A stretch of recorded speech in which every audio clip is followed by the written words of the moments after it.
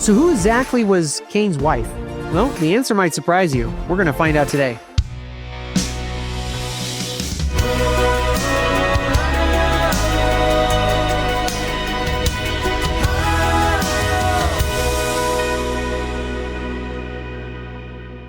One of the most common questions that arises from the book of Genesis is, who was Cain's wife? When Cain was exiled after killing his brother Abel, Genesis 4 tells us, "And Cain knew his wife, and she conceived and bore Enoch." This reference to Cain's wife often raises questions about where she came from and how the early population of humanity grew. The Bible provides insights into the early growth of humanity, God's purpose in allowing family marriages initially, and when he later commanded against such relationships. The book of Genesis teaches that all humans originated from Adam and Eve, who were created by God. Genesis 5 mentions that Adam and Eve had sons and daughters, though only Cain, Abel, and Seth are named specifically. Given that Adam and Eve lived for many years and had numerous children, it is reasonable to conclude that Cain's wife was likely a close relative, a sister, or perhaps a niece. This was necessary to fulfill God's command to be fruitful and multiply. In the early stages of human history, in these first generations, marriage between close family members was allowed by God, and this would have been the only option available to populate the earth.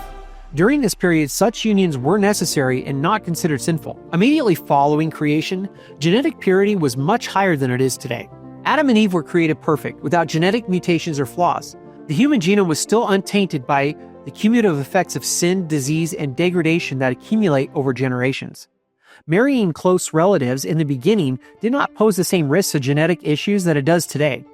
Over time, however, mutations and flaws increased, and the need for restrictions of close family marriages became evident to protect against complications and to uphold moral boundaries. God's allowance for close family marriages early on served as a practical purpose for allowing humanity to multiply. But this permission was temporary and given specifically to those in the early generations. In Leviticus 18, we see God specifically outlining restrictions on incestuous relationships and forbidding sexual relations between close relatives. It reads, "None of you shall approach anyone who is near of kin to him, to uncover his nakedness. I am the Lord." The chapter goes into explicitly list relationships that are forbidden, including parents, siblings, aunts, uncles, and in-laws. God further reiterates this command in Leviticus 20.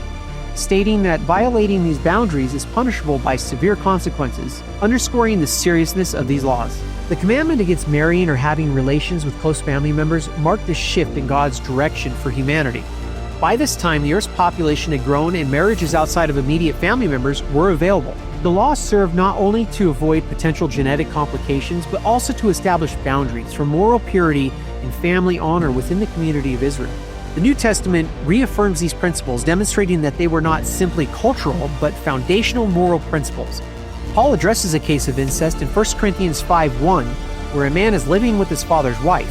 Paul is clear in his condemnation, calling this behavior sinful and not even named among the Gentiles. The church is instructed to uphold God's laws on family purity and to treat such behavior as immoral.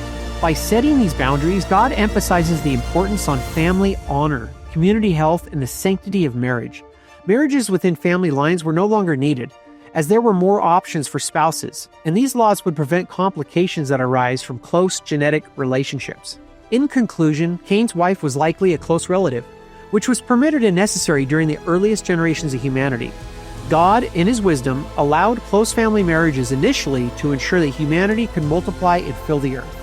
But he introduced prohibitions against these relationships as the population grew. By the time of Moses, God established clear laws in Leviticus to protect family relationships and ensure purity within the community. Today, God's commands to honor family boundaries are still relevant. They show his care for human relationships, health, and moral integrity. While Cain's account may raise some questions, it ultimately reveals God's foresight and wisdom into guiding humanity according to his purposes. If you want to dive deeper, I have a link to the full study in the description with scriptural references. If you want more Bible studies like this, hit that like and subscribe button. And until next time, be strong and of good courage. God bless.